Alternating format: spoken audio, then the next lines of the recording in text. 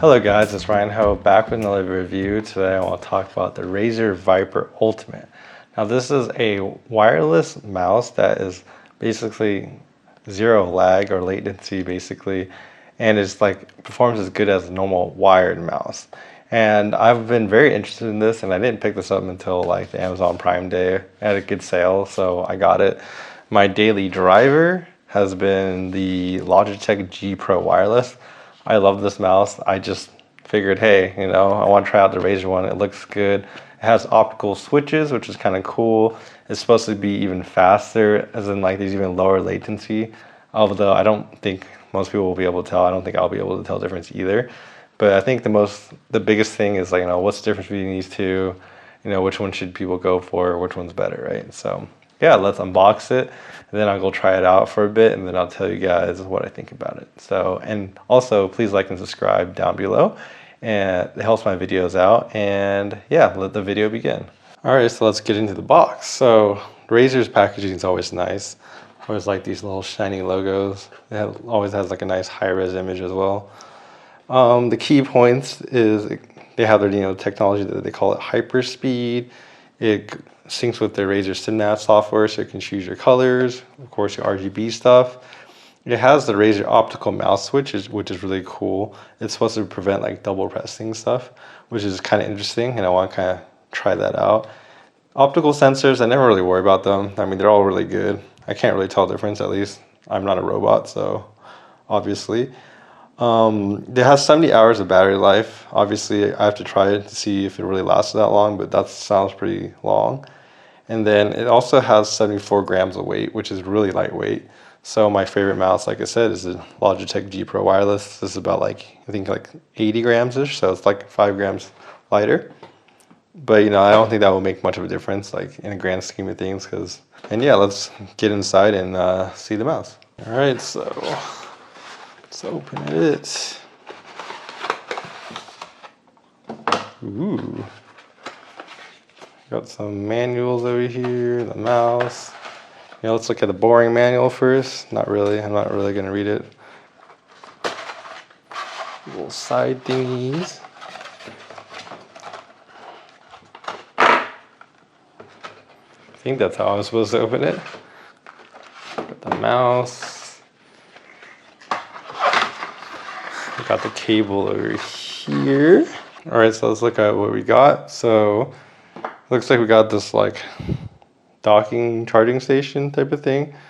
It kind of converts USB to a micro USB in there. And then the cable we have it comes with is a USB to a micro USB. So that works if you want to use wire to charge it, but obviously not to game with it. So you can see under here, the USB is just housed right here. Take that out.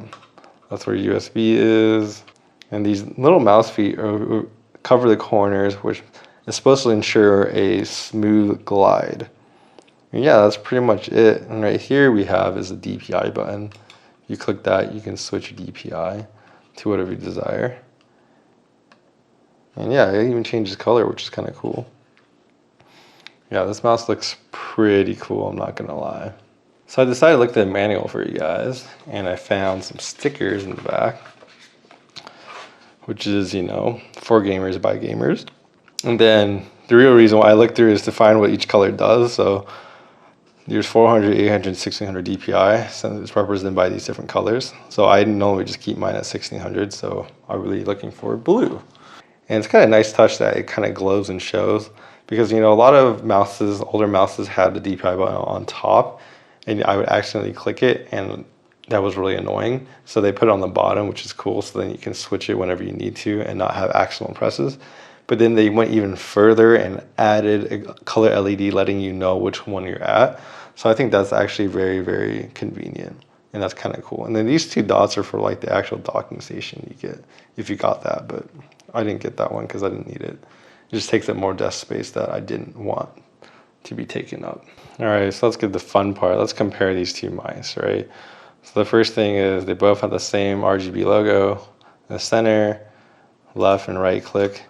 This is obviously has this guess, unique look to it, while this is more just very smooth and round. That's all I can say. This is a very smooth mouse for the Logitech.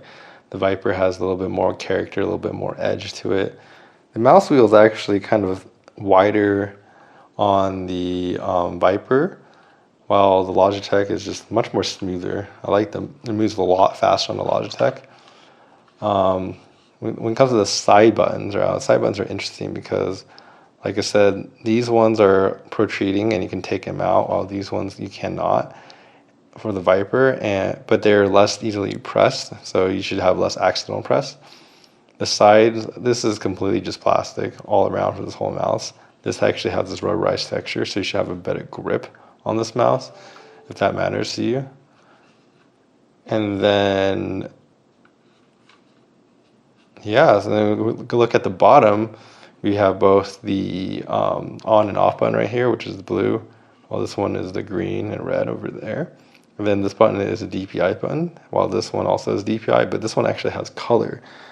So, and it actually turns off after a while, but you can actually cycle the colors. So it's kind of cool. So it's actually better because of that. And then this feet is actually PTF feet, which are supposed to be better. You know, I have to like test them side by side to see if they're really that much better, but I'm not really that picky of a person, so I wouldn't worry too much about that, honestly. And then, of course, under both of them is where you charge the mouse / connect it wired over there. And yeah, I mean, these both mouse has like on both sides buttons, so 1, 2, 3, 4. But of course, the Logitech, you can take them out and put kind of dummy buttons that you can't accidentally press.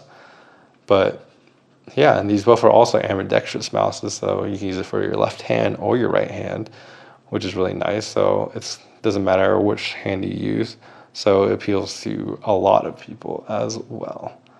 So I have months to compare these two now, and my thoughts on the Viper is that the Viper is clearly better in certain areas. Like there's actually grip on the mouse. So there's grip here, and on the side there's actually like the rubber grip. So you can grip the mouse better. So if you're looking for that, this mouse has it. The other thing is the feet on these mouse is also better than the Logitech.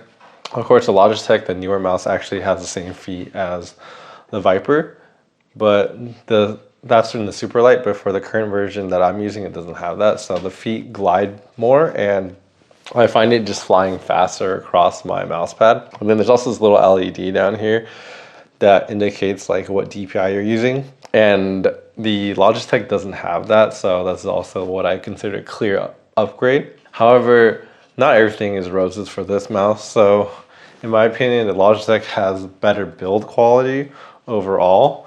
And that extends to like, I think the clicks can click faster and better for me. I like it better. The scroll wheel is miles better, like miles better. The side buttons, you can actually remove them and put them in and have like dummy, so you can have buttons on only one side and nothing on the other side because you can customize it, as well as their clicks are also just clearly better as well.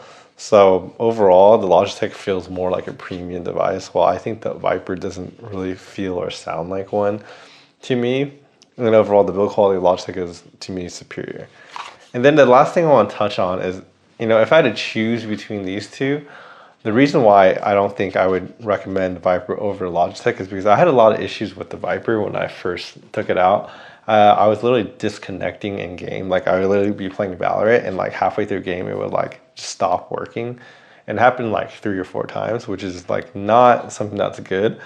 And it would just like stop. And then I had also issues with the software. I think like after I started downloading Synapse, like weird things were happening to my computer where it was just like lagging to in game. And I ended up wiping my whole entire computer because I didn't know what was going on. And then it was fine after that. So I don't know if it has something to do with the Viper, the Synapse, or something, but I did start encountering weird things after I installed that software. So either way, if I had to recommend one or the other, it would definitely be the Logitech because of those issues. I just want something to work out of box for people, and that ultimately makes this decision the Logitech, in my opinion. However, I think the Viper, like I said, has clear upgrades over the Logitech. And if you're looking for that grip or that better feet, and it's also cheaper, I believe. So if you're looking for those things, the Viper is still a very good buy. So yeah, thank you guys for watching. Please like and subscribe down below. It really helps my videos out. And I'll see you guys next time. Bye-bye.